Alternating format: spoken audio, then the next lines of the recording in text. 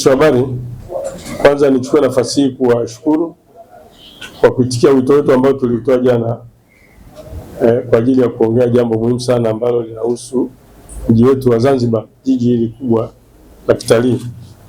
Jambo lenyewe ni jambo la faraja kwamba timu zetu kubwa hapa nchini kwa maana ya Yanga Africans lakini na Simba Sports Club zimekubaliana kwamba mechi yao itafanyika hapa kwetu uwanja wa New Amani Complex, kitu ambacho ni heshima kwa nchi, lakini heshima kwa rais wetu kwa kuboresha ile miundombinu. Watu wanavutiwa, wanataka kuja. Kwa hiyo ni mechi kubwa. Tunajua nchi yetu hii mechi ya Yanga na Simba ndio mechi kubwa kuliko zote. Sasa mechi hii itachezwa hapa kwetu tarehe 1 mwezi wa 3 mwaka 2026 saa 2:15 usiku. Jambo muhimu ambalo tunataka jeshi la polisi kulieleza hapa ni kwamba tunaelewa kwamba mashabiki wa timu hizi ni wengi, sio hapa Tanzania tu, sio hapa Zanzibar tu, lakini Afrika Mashariki yote, na uwezo wa uwanja wetu tunaelewa ni watu wasiozidi 16,000.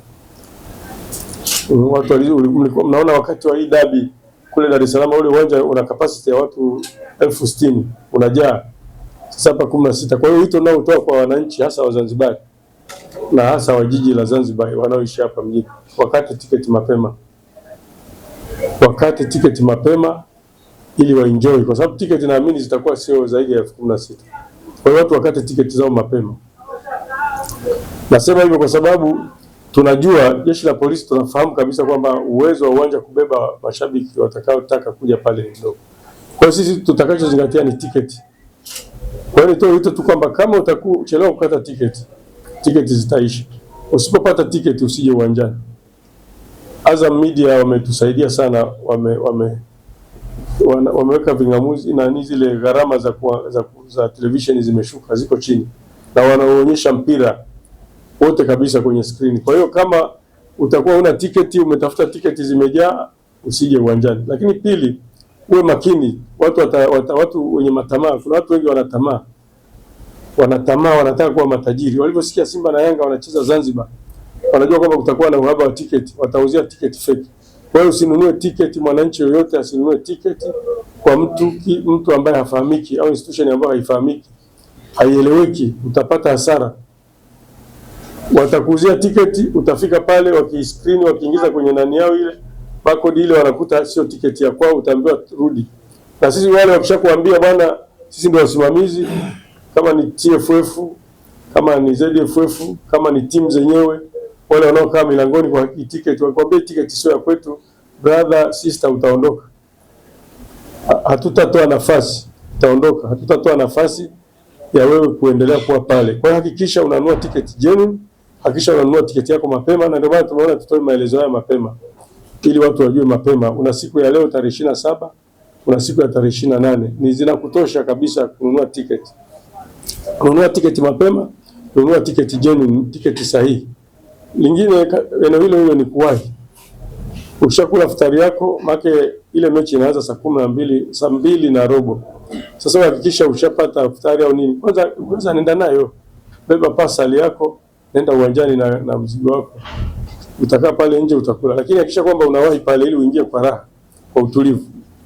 Hayo ndio mambo nilikuwa naomba, kwa sababu hili jiji ni jiji kubwa na kwa kweli lina heshima kubwa. Hatuwezi kufanya mashindano hapa ya kimataifa hata ya timu kubwa hizi kutokea vurugu. Kwa hiyo tutegemee, kwa sababu ya hii mechi unajua hii mechi mwenyeji ni Yanga, ndio mwenye busara hizo zilizofanya waje hapa. Kwa hiyo ni mechi ambayo ina mvuto. Watu wanataka kuona kama mtu alipigwa 5. Je, hii ya tarehe 1 mtu anaweza akapigwa ngapi? Au yeye akapiga ngapi? Kwa hiyo watu kuna msukumo mkubwa. Sasa tunachotaka hiyo mihemko hiyo, wale mashabiki wale wapenzi wa hizi timu, hiyo mihemko isije kufanya ukaishi jela. Kuwa na mhemko lakini umiliki uwe wa star.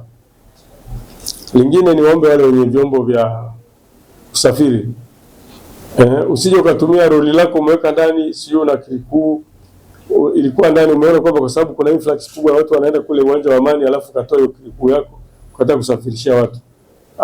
Vijana wetu wa usalama barabarani wamejipanga, wako makini na wanajua zile faini zinavyokuwa kubwa, ni faini zile zenyewe kabisa za sheria ya mawasiliano. Kwa hiyo kuwa makini. kwa makini. Ukijaribu kupakia abiria kwenye gari ambalo sio la abiria, utakuwa umepata hasara kubwa sana. Hata wewe ambao utakusanya haitakusaidia, itakutia hasara zaidi. Lingine ambalo nataka niseme ni kwamba watu wote sasa kwa ujumla, wale wenye tiketi waje pale wakiwa hana vitu ambavyo vinaweza kuhatarisha usalama wa watu wengine pale uwanjani. Vitu ambavyo hawezi kuhatarisha usalama pale uwanjani. Tunaamini tukifanya hayo pale uwanjani tutaenda vizuri kama tulivyoenda. Niwashukuru tu wananchi wa jiji la Zanzibar kwamba ni wastaarabu. Kwa kweli nawapongeza, ni wastaarabu sana. Hatujawahi kufanya mashindano hapa tukapata misukosuko ya ajabu. Watu ni watulivu, wanakaa kwa utulivu, kwa hiyo nahimiza ule utulivu uendelee. Tuendelee kuhifadhi